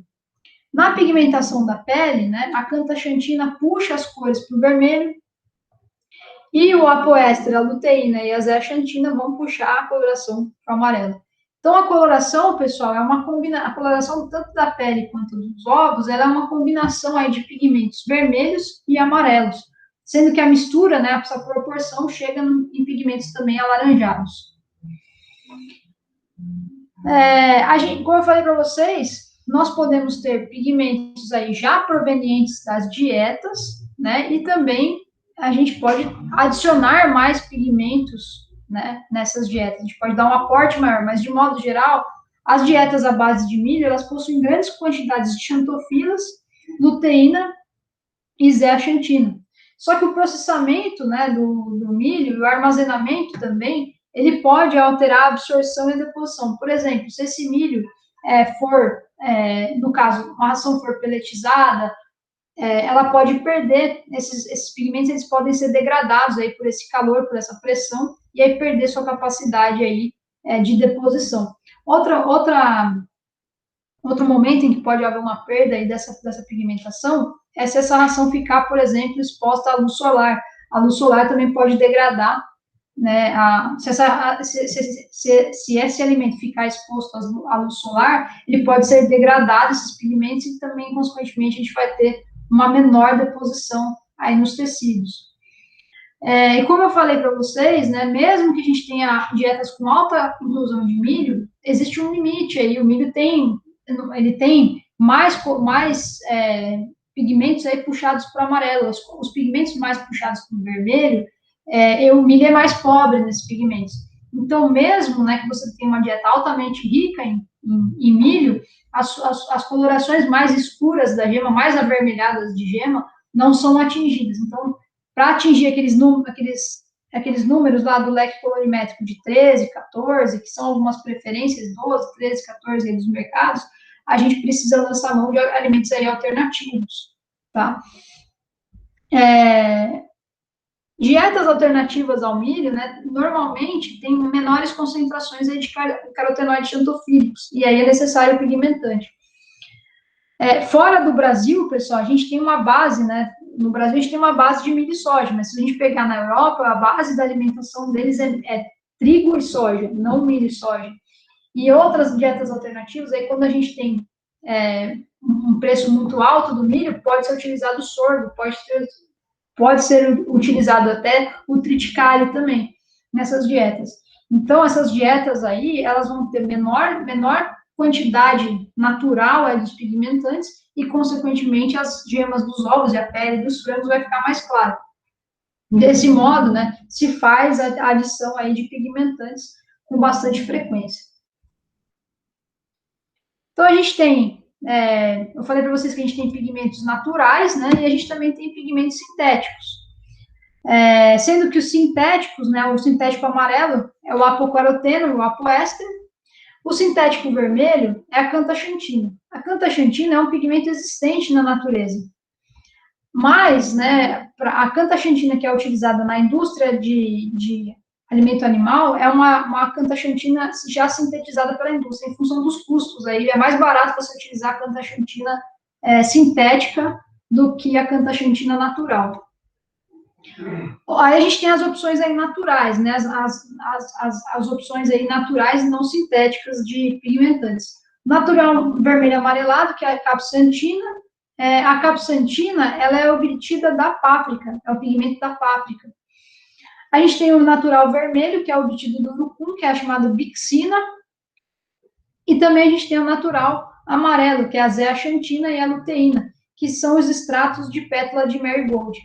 Esses alternativos naturais, né, são bastante utilizados em mercados que têm restrições a pigmentantes sintéticos, como, por exemplo, a União Europeia e Estados Unidos. Então, é bastante, em substituição aos pigmentantes sintéticos, utiliza-se bastante esses pigmentantes naturais para atingir essas colorações aí mais intensas aí dos produtos, para atender as demandas desses mercados. Então, falando um pouquinho de cada um desses pigmentantes, a cantaxantina é o mais utilizado para ovos de galinhas, codornas e frangos. A legislação europeia ela permite 8 miligramas por quilograma de ração. A cantaxantina, juntamente com o apocaroteno, se você utilizar a cantaxantina, só cantaxantina, ela tem uma coloração de amarelo intenso. Mas, para você obter uma coloração amarela alaranjada, é necessário adicionar o apocaroteno. Porque senão, mesmo com alta inclusão de cantaxantina, a gente não consegue deixar o ovo mais alaranjado. A cantaxantina, ela tem propriedades antioxidantes, né? Ela tem essa propriedade de capturar radicais livres, preservar a vitamina E, e é bastante utilizado na alimentação de matrizes. Por que na alimentação de matrizes? Porque as matrizes, elas vão produzir o pintinho, né? Vão produzir os pintinhos, seja de corte, seja de postura.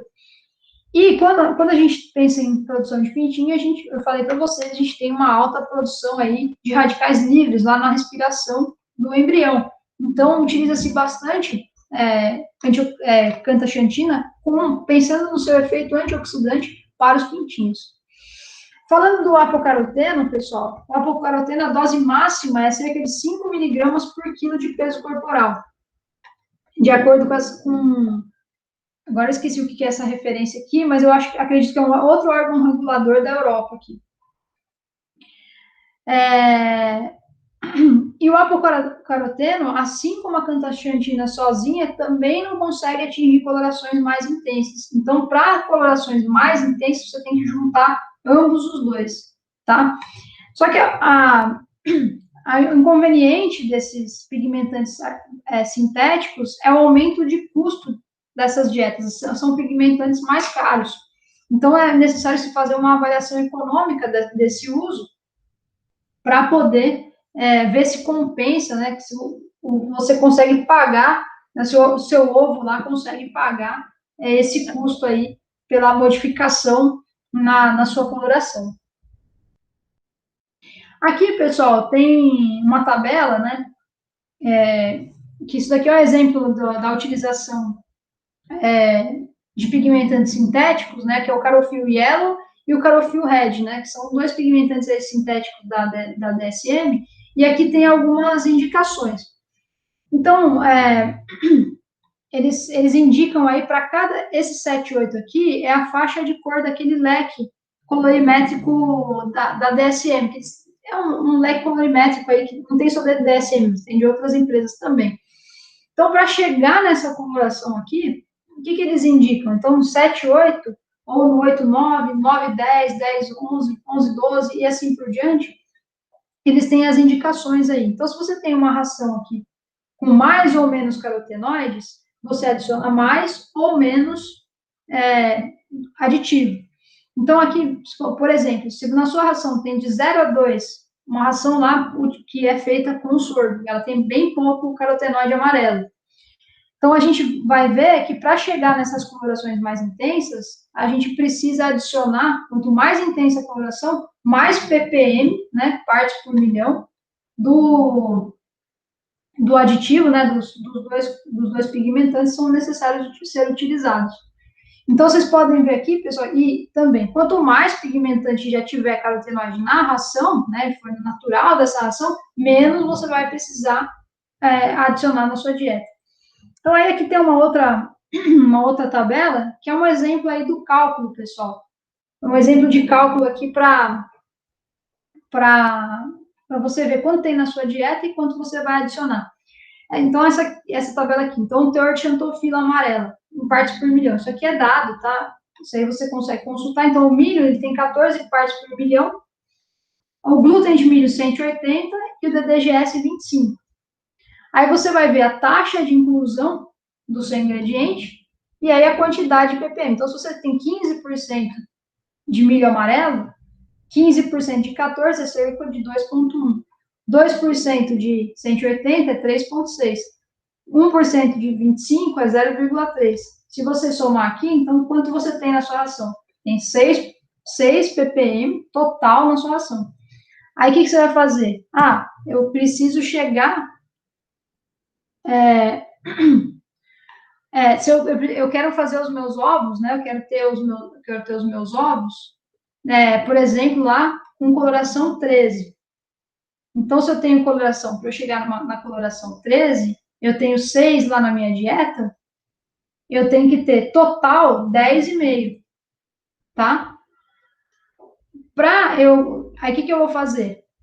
Para chegar nesses 10,5, eu tenho 6. Então, eu preciso adicionar mais 4,5 de pigmentante, certo? Quando a gente usa cantaxantina, pessoal, quando a gente usa a cantaxantina, a gente vai colocar, a cantaxantina, ela vai dar o corante amarelo. E aí a gente vai colocar, voltando ali, ó, a gente tem o Carofil Red, que se não me engano é o apoéster, o apocaroteno, desculpa, pessoal, ele vai dar o corante vermelho. E aí você coloca 4 de cantaxantina. E aí, para você conseguir colocar, você coloca mais 3 vezes o apoéster aqui, para você poder chegar nesse mais meio que tem aqui. Por quê? Porque se você colocar só a cantaxantina, você está colocando só o amarelo, então você precisa colocar o apoéster para dar o alaranjado para chegar nesse 13, que é mais avermelhado. Então, aí faz essa continha aqui, e aí tem a quantidade que você vai colocar de partes por milhão do seu aditivo. Só é uma continha tranquila que o pessoal faz para poder chegar de acordo com a exigência do seu mercado. Essa aqui seria uma formulação de baixo custo, então pensando aqui, é um indicativo aí para usar o mínimo possível e chegar nessa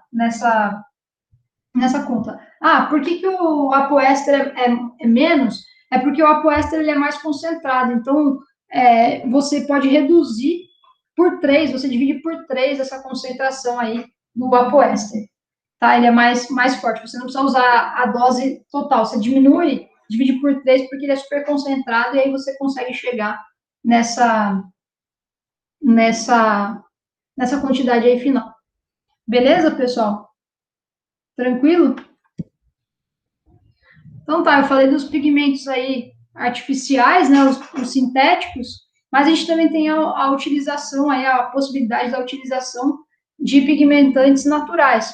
Um deles é o extrato de marigold, que ele tem cerca de 12 gramas por quilo de xantofila, sendo de 80% a 90% de luteína. Então, é um pigmento mais amarelado. Valentim, nosso colega de pós-graduação, né, em 2019, utilizando 0,8% de marigold mais páprica, né, ele conseguiu substituir a cantaxantina, né, o pigmentante artificial, em sistemas de cage-free, né, poedeiras negras no sistema de cage-free, chegando, né, na mesma coloração de gema. Então, ele conseguiu ter a mesma coloração de gema, utilizando um pigmentante natural. A gente sabe que a cantaxantina, ela é bastante utilizada e ela tem efeitos ela seria o nosso controle, vamos dizer assim, né, o controle positivo aí, e a gente estaria, o Jean, né, e os colaboradores dele estavam tentando encontrar um substituto aí para o pigmentante sintético, e ele conseguiu, adicionando 0,8 de marigold e páprica. Então, ele juntou um corante aí, um pigmentante amarelo e um pigmentante vermelho e conseguiu chegar na mesma coloração aí da cantaxantina. O Santos aqui, né, e seus colaboradores, né, eles conseguiram com 7,5 ppm de xantofilas amarelas do marigold, né, substituir a cantaxantina e atingir a coloração de 11 na gema. Então, é um resultado bastante satisfatório para o nosso mercado. Uma coloração de 11 é um resultado satisfatório e bem aceito aí pelo mercado.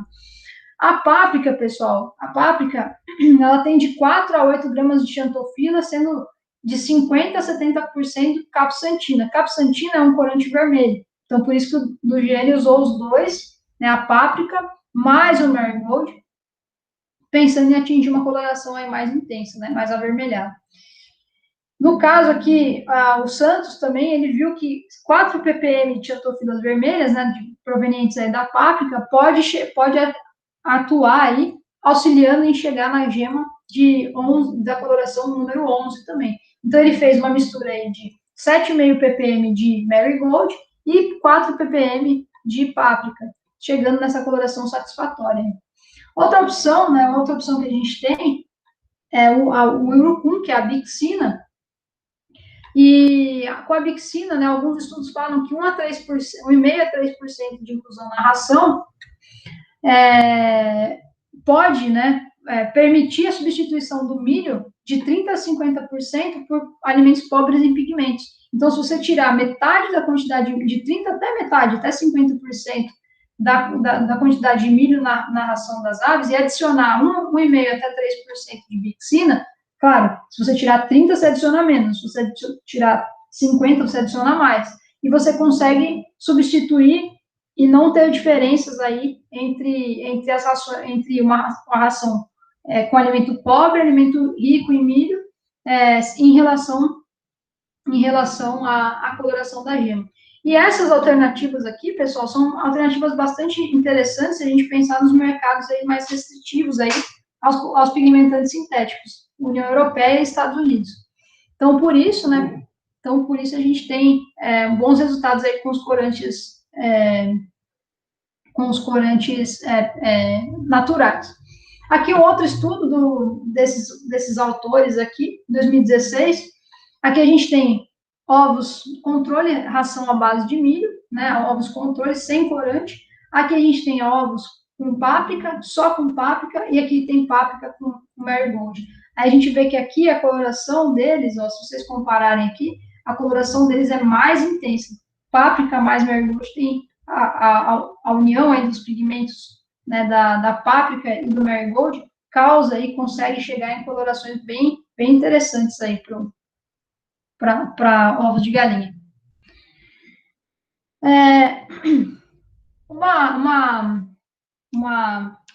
Para a gente poder usar os pigmentantes, a gente precisa ter a gente faz algumas considerações aí. Os pigmentantes, quando eles estão nessa forma purificada, principalmente aí os pigmentantes sintéticos, né, por eles estarem em uma forma bem purificada, eles serem bastante lipofílicos, o que acontece? Apesar deles eles possuem capacidade antioxidante, como eles estão muito ávidos ali por evitar essa oxidação, qualquer coisa que estiver oxidada ali, eles vão acabar tendo sua ação antioxidante contra algo que não era desejado. Então, se você utilizar o pigmentante sozinho, sem a adição de antioxidante, o que vai acontecer com eles? Vai perder essa capacidade aí de antioxidante. Então, a gente utiliza, quando vai adicionar pigmentantes nas rações, a gente coloca antioxidante para evitar a oxidação da dieta. Essa questão de oxidação, a gente precisa entender que existe uma oxidação na dieta e uma oxidação dentro do organismo do animal. O que eu estou querendo dizer de usar antioxidante junto com pigmentante é a questão de oxidar o alimento. Então, se esse alimento ali tiver com alguma característica de oxidação, o que vai acontecer com o pigmentante? Ele vai ser englobado ali nesse processo e vai ser perdido. Então, o que a gente faz? Coloca junto o antioxidante para deixar ele lá sem participar desse processo de proteção da oxidação e, consequentemente, ficar livre e poder ser bem aproveitado pelo metabolismo da ave, no caso. Deu para entender isso, pessoal? Ou ficou muito confuso? É que como eu mudei a ordem das aulas, eu ia falar de antioxidantes antes dessa. Mas, em função dessa mudança aí de dia, eu mudei essa aula para hoje, e aí a gente acabou não falando de antioxidante, mas eu vou dar uma aula falando bastante a respeito de antioxidante para vocês. Outra particularidade de pigmentante, pessoal, é que para ter uma melhor mistura aí, uma melhor disposição aí das moléculas dos pigmentantes na ração e uma melhor disponibilidade desses pigmentos, é interessante se misturar o pigmento nos pigmentantes no premix. Então, você faz uma pré-mistura ali no premix, e aí a dispersão dessas moléculas aí, desses fragmentos aí do pigmentante, fica melhor distribuído se você fizer no premix. Em relação à legislação, né, a gente tem que, antes de adicionar os pigmentantes às dietas, de acordo com o mercado, a gente tem que observar quais são os limites de tolerância, né, desses mercados, e quais são eles, quais os limites de tolerância, e quais são essas restrições, em que condições você pode ou não utilizar. Então, por isso, se você for trabalhar com mercados mais exigentes, como a União Europeia e Estados Unidos, normalmente você vai buscar por corantes naturais e as combinações dele. Aqui tem uma foto bem legal, pessoal, que eu achei bem interessante, em relação ao tempo para pigmentação. Aqui é quando você começa a colocar o pigmentante, e aqui é quando você retira o pigmentante. Então, o que vai acontecer, pessoal? Para você começar a colocar o pigmentante, a gema está lá se formando. A gente tem o recrutamento de vários folículos lá ovulatórios. O que vai acontecer? Os pigmentos, eles vão ser depositados nas partes mais externas desses óvulos. Então, se você pegar o óvulo que está mais adiantado no ciclo da galinha, no ciclo lá da postura, ele vai ter pouco, quando você adiciona o pigmentante na dieta, ele vai ter pouco pigmentante suficiente para pigmentar toda aquela gema, todo aquele óvulo. Então, o pigmentante, ele fica mais distribuído na porção externa da gema. Quando esse ovo, quando você vai aumentando o tempo, né, de exposição a esse pigmentante e também, consequentemente, a galinha vai depositando mais pigmentos nos óvulos menos avançados, aí você vai tendo uma pigmentação mais uniforme do seu ovo. Então, o que vai acontecendo? Essa pigmentação vai se depositando nas bordas, né, nas bordas desse óvulo mais jovem, vamos dizer assim, né? E aí ela vai depositando, e conforme esse óvulo vai aumentando de tamanho, ele vai ficando mais uniforme a sua cor. A mesma coisa acontece se você parar de fazer a pigmentação. Então, aquele óvulo lá que desde o início do recrutamento lá ele tinha pigmentantes, ele passa a não ter mais pigmentantes, então o que vai acontecendo? Ele vai ficando esbranquiçado nas suas bordas, tá? Então, até que suma até que desapareça aqui a evidência da ação do pigmentante. Isso aqui é um trabalho de 1984, bastante interessante, esse trabalho aqui foi bem legal. Mostra bastante que é importante, se você for colocar um pigmentante na sua dieta, o resultado dele nos seus ovos vai demorar alguns dias, então você precisa adicionar esse pigmentante, e o resultado dele, às vezes, se você estiver trabalhando com uma dieta que você verificou lá, que tem uma coloração de gema indesejada, está uma coloração mais clara do que o desejado, para chegar na coloração desejada, leva alguns dias até que esse pigmentante fique bem distribuído no seu ovo. Então, aqui só tem algumas ilustrações, pessoal, de avaliação da coloração. Eu falei bastante desse leque aqui colorimétrico, né, da DSM aqui. Esse aqui não é da DSM, é outra marca. Então, a gente coloca aqui as colorações mais escuras, o 13 que eu falei para vocês, aqui a gente tem um 15, são colorações bem escuras, bem alaranjadas de gema, e a mesma coisa aqui, só que esse aqui é o para ovos, né, específico, e esse aqui é o para carne de frango, é o broiler fan, esse daqui, então, seria para pigmentação da carne. Bom, para finalizar, pessoal, né, a aplicação aí, eu falei para vocês bastante da produção animal, mas vou dar uma leve pincelada a respeito de pet food, bem rapidinho, porque eu falei no começo, né, a respeito de utilização aí de PET, né, de aditivos sensoriais aí para PET. Para pet food, né, a utilização aí de palatabilizantes aromatizantes, né, nas rações, ela está bastante ligada com a garantia do consumo do alimento completo. A gente sabe, né, que cães e gatos, né, eles são animais que têm uma maior preferência por carne, né, eles são animais carnívoros, né, o gato é um carnívoro estrito, né, e o cão, ele é onívoro, mas ele tem uma maior necessidade por carne, né, então aquela história, né, uma bobagem sem limites, né, das pessoas agora de hoje em dia estarem querendo criar cães e gatos, principalmente vegetarianos, isso é uma afronta, né, à natureza. Eu acho que isso aí é a maior bobeira. Se você quer ser vegetariano, vegano, você tem todo o direito, é um direito seu. Mas você fazer isso com o seu cachorro ou seu gato, para mim, é maus tratos. Pode falar o que for para mim, mas isso aí é maus tratos. Porque o gato, se você pudesse perguntar para o gato, para o cachorro, se ele queria ou não comer carne, eu tenho certeza que ele jamais ia querer comer berinjela. Então, enfim, isso aí para mim é maus tratos. Mas, como a gente utiliza, como nas rações são utilizados alimentos, né, que tem menor preferência dos animais, né, por exemplo, existem a utilização aí de arroz, de farelo de arroz, tem a utilização aí de alimentos aí com menor palatabilidade, farinha de carne, farinha de ossos. Hoje, rações aí, pensando rações mais de combate, né, não as super prêmios, as prêmios, as super prêmios, a gente tem rações aí com mais baixa palatabilidade, são alimentos menos preferidos. Então, para garantir um consumo completo, né, do alimento, garantir esse consumo, utiliza-se bastante palatabilizante e aromatizante. Os cães, pessoal, tem algumas coisas assim, o sal também é um palatabilizante para cães. Então, às vezes, às vezes a gente pergunta assim, nossa, eu comprei uma ração da marca X lá, mas coloquei lá, mas ele sempre prefere a biriba. Por que ele prefere a biriba? Por 2 motivos. Porque normalmente essas rações elas têm mais palatabilizantes e tem mais sal. E aí o cachorro ele vai pelo sabor da ração. Como o cachorro tem teoricamente uma quantidade grande aí de papilas gustativas, ele tem uma preferência por essas rações.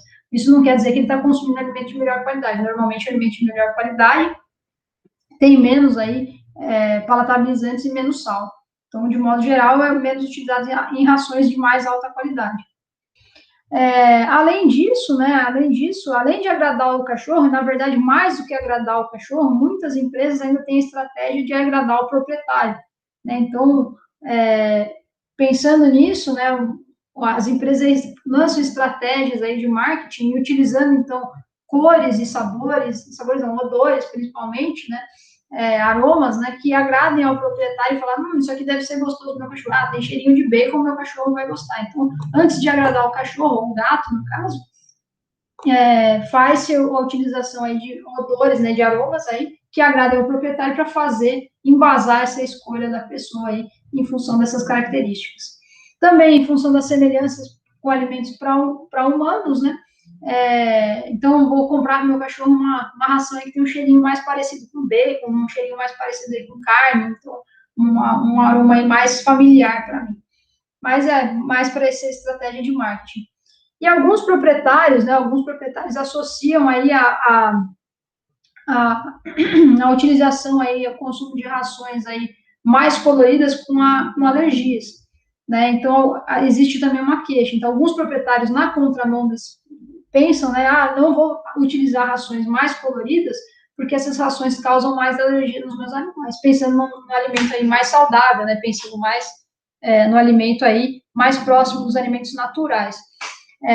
Normalmente, o que se vê, mais do que uma relação com alergias com os aditivos, aí, as alergias em relação a rações de mais baixa qualidade, que tem também mais corantes, elas estão mais relacionadas à qualidade da proteína e também a outros fatores antinutricionais do que com realmente os corantes e pigmentantes.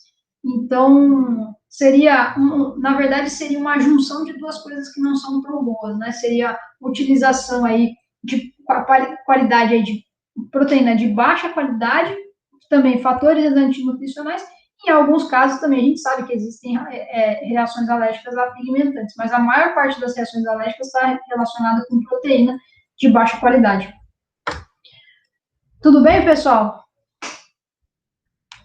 Passado o adiantado da hora, para uma segunda-feira, eu vou parar de gravar aqui. Tranquilo.